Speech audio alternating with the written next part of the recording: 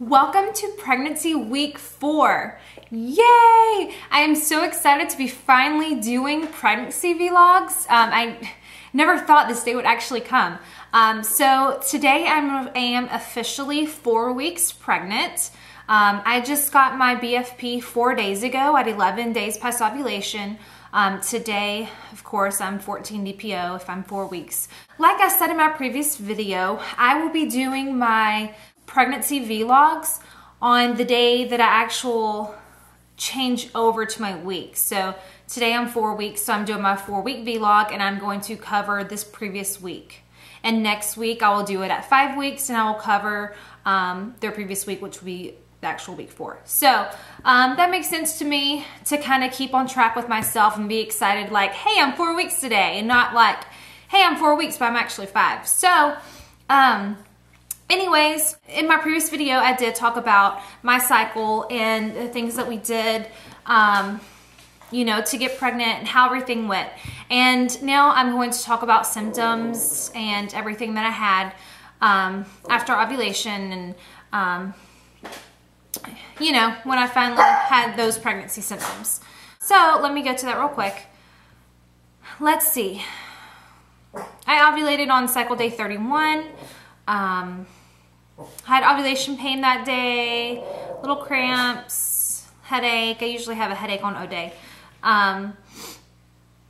Cramps a couple days after, and cycle day 39, which was 8 DPO, is when I'm pretty sure that I ovulated, like I talked about in my previous video. I had that weird pressure feeling in your lower belly and those random shooting pains that caused me, you know, to bend over a little. That lasted about 8 hours that afternoon through the evening. And then that day, I also had watery, creamy CM. I had a little bit of blood when I brushed my teeth that morning. And then I know this is kind of gross, but the bloody boogers, you know, that people talk about with pregnancy. 9 DPO, watery, creamy CM again, dull cramps, very dull cramps, light shooting pain, right lower abdomen. And this day, when I woke up, I noticed my breasts were a lot fuller than they normally are. And I hate to say it, I'm a little on the smaller side in that department. So any change, I mean, I notice. And so fuller breasts.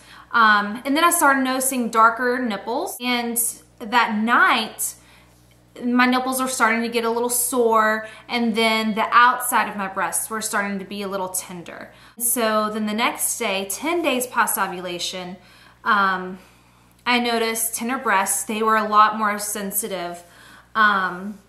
Constipation, breasts were still full, and then I was having a little bit of mild cramping. I think that was about it for that day. So that was 10 days past ovulation. And then 11 days past ovulation, that morning, tender breasts again, and they just felt fuller. They just felt bigger.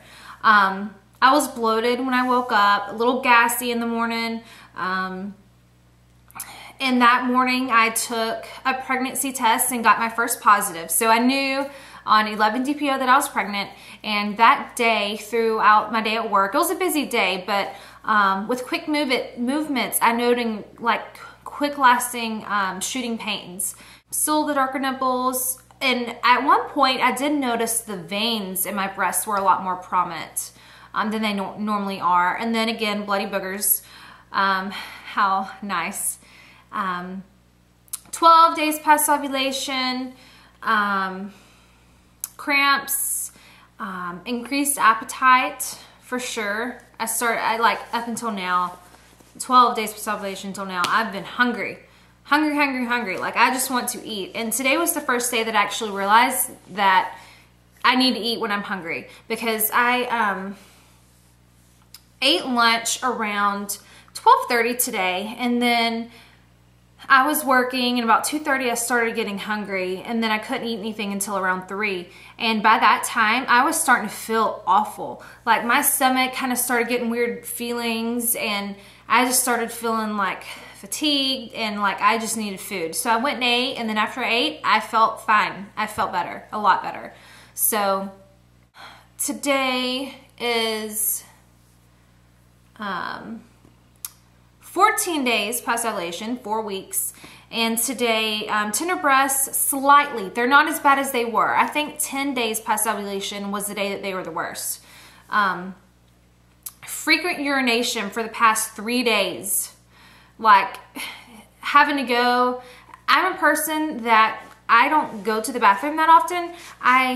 Even if I have to go, I can simply hold it for a little bit and it doesn't bother my body at all. I know that that's not good to do, but I think it's a hassle to go to the bathroom and I hate to do it. So I better get used to it because it's already happening. But I'm talking every hour, twice an hour, which is so weird for me. And with my job, I work at a resort spa, I do facials. And so I'm in a treatment room for at the minimum of 50 minutes at a time. And we do have 80-minute treatments. So that's an hour and a half where I'm not going to be able to go to the bathroom. So I haven't had an 80-minute service yet. I've just had 50 minutes. And halfway through that, I've felt the urge and I need to go, but I can't. So I'm like running to the bathroom once I drop my guests back off. So that's going to be pretty interesting once I get further along. And I'm also kind of worried about that with morning sickness too. You know, if that hits, that I'm going to be in that room and I'm going to feel nauseous, and it's just not going to be fun because I'm not going to be by myself. I have a guest in front of me and they don't want to know that you feel like you're going to throw up, you know, like, so I really hope that that's not bad. But hunger, I have been so hungry. I know I already mentioned that, but I'm starting to get hungry right now. And my husband cooked me dinner tonight. He's been so sweet. He cooked dinner tonight for me and cleaned up all the dishes. And that was, I think, it's 8:48 right now. I think I ate around 7:15. So not even 2 hours later and I'm getting hungry again. And I had a pretty big dinner. So yeah, hunger. Sense of smell is a lot stronger now. I started noticing that on 10 DPO. That evening, my husband and I were getting the house cleaned real quick before my father-in-law came into town the next day. Just the cleaners were, I was just like, that is so strong. And luckily my husband was doing the bathrooms because that kind of gets me anyways. But when I walked in when he was doing it, I couldn't even be in there. It was awful. And then just little things, different things that people are eating at work. I just like smelt it like so strongly. And probably the worst thing was New Year's Eve. We went out to eat, and then we went over to a place for my husband and his dad to play pool. And I went to the restroom there, and the restroom smelt horrible. And I didn't even think I was going to like be able to go pee. And so I was already having to pee more often. So I went in there and I was trying to hold my nose and pee at the same time. And you know, that's kind of difficult. And when I wasn't holding my nose, I was actually gagging. Like I was almost dry heaving. And I almost turned to the toilet to see if I was actually going to throw up because it was that bad. You know, I know that I was only 12 DPO then, the day after I found out I was pregnant, but even when I smell stuff like that, I don't gag. I'm just like, oh, that's awful, and I try to hold my nose, but I don't constantly gag like I'm about to throw up. So that I knew it was, you know, the pregnancy sign. So definitely sense of smell is a lot stronger. So I guess that's about it as far as symptoms go. I did go, when was it? Yesterday?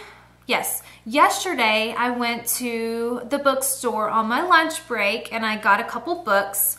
I got, of course, the all around what to expect when you're expecting. You know, I hate to say it, but how can you not have this book when you first find out that you're pregnant with your first kid? So I got that. And then I also got the pregnancy journal. I know that a lot of people have talked about that before, and I like to have things on paper too. I know I do a lot of documenting and stuff on here, and I have a blog, and I use all kind of iPhone apps and all that kind of stuff. But I still just want to have something in paper that I'm going to put on my bookshelf and I can look at later, and it's easier to compare, you know, with pregnancies down the road. So I have that, and I'm pretty excited to get started with that, but I haven't actually wrote my dates in it yet, because even though I'm pretty much 100% sure when I ovulated and when my due date would be, I still want to see what the doctor has to say and make sure that it is 100% viable and all that kind of stuff. So I'm kind of scared to write in it yet, because I don't want to, you know, not have it right. So, because you put all your dates in there. But in the previous pregnancy books that I got were this one, Conception, Pregnancy, and Birth. And it's color, so I like it. Some of them aren't color. But it's got a little bit of everything. It's not too detailed like some other books are, but I like a variety of books because they all kind of say something a little bit different. So I have that. And then another one that I've actually come to really like, I haven't really looked at it since I found out that I'm pregnant, but it's Your Pregnancy Week by Week. So I'm pretty excited to get that one, and that's a pretty good one that I've heard. So it has every week, and I just open up to week 26, you know, like how big is your baby, you know, and it has the different categories. How big is your baby? How big are you? How is your baby growing and developing, and changes in you, and how your actions affect your baby's development. It just tells you everything in this book, so I like it. If any of you have any other suggestions on great books or iPhone apps, because I'm addicted to my apps on my iPhone, and that's what I do at work if I am slow. So if you have any, you know, recommendations on any of those, please post a comment down below. I'm always up for new things.